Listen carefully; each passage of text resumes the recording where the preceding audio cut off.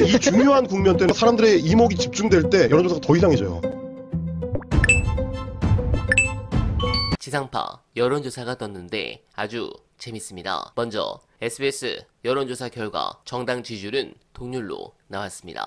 해당 조사는 전화면접 안심번호 조사인데 역시나 표집은 보수가 압도적입니다. 연령별로는 2030 세대가 박빙인 가운데 민주당 강세인 40대, 50대는 압도, 60대 이상은 내란의 힘 우위였습니다. 또한 권역별로 보면 수도권과 충청은 박빙, 그리고 부울경은 역시 국힘 우세였는데 이거 완전히 총선 직전과 똑같습니다. 그런데 재밌는 것은 중도층 지지율입니다. 민주당이 오차 범위 바깥으로 앞서고 있으며 자기 대선 인식 또한 정권교체가 오차 범위 바깥으로 이기고 있지만 중도층만 보면 압도적이라 할 수 있겠습니다. 다만 안타까운 것은 역시 윤석열 당선의 1등 공신인 이지 2030 남성들입니다.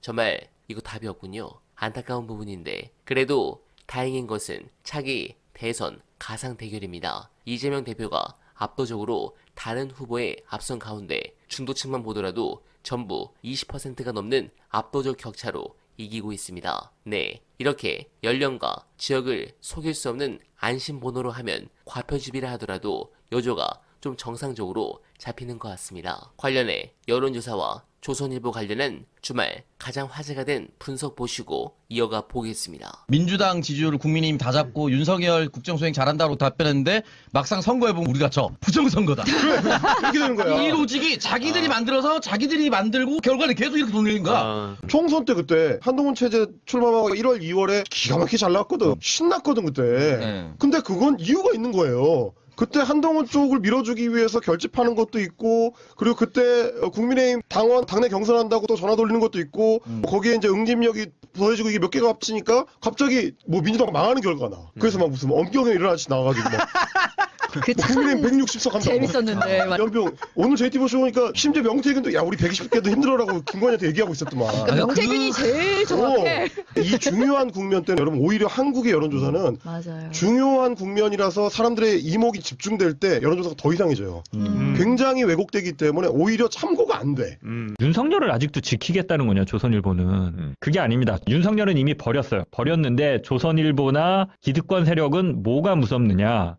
국민, 시민, 민중의 힘으로 최고 권력자가 아주 모욕적인 방법으로 끌려 내려오는 그 장면을 뇌리에 각인시키고 싶지 않은 거예요. 그거는 역사적 장면이 되는 거고 민주주의의 승리가 되는 거고 국민들, 힘없는 사람들의 자신감이 되거든요. 중요한 표현이네. 이게 두려운 거예요. 맞아요. 네. 이게. 정확히 보신 거예요. 네. 정말. 네. 그거를 막겠다는 거예요. 윤석열은 애초에 버렸습니다. 애초에. 네, 공감합니다. 그러나 이제 우리도 여조에 더 응답을 많이 해야 합니다. 오염된 표본으로 만든 여주라도 계속해서 이런 여론조사 쌓이고 언론이 물량 공세로 보도를 때리면 이게 진짜 여론의 흐름이라고 느끼는 국민들도 있습니다. 특히 이도저도 아닌 중도층은 밴드웨건 효과로 양비론으로 흐를 가능성이 있습니다. 또한 이렇게 자극적인 언어로 극우는 결집하게 만들어서 5대5 싸움으로 몰고 가고 우리는 못 쓰는 수법을 시전하면 저들은 이길 수 있다는 계산을 하는 것 같습니다. 물론 조기 대선에서는 승리를 점치지만 그 다음은 우리가 당한 정권교체에 다시 오지 않을 것이란 보장은 없습니다. 민주당이 이 부분에 대해서 심각하게 생각하고 집권 즉시 언론개혁과 검찰개혁을 마무리해주길 간절하게 바라며 언어배는 오늘도 최선을 다하겠습니다. 여러분 고맙습니다.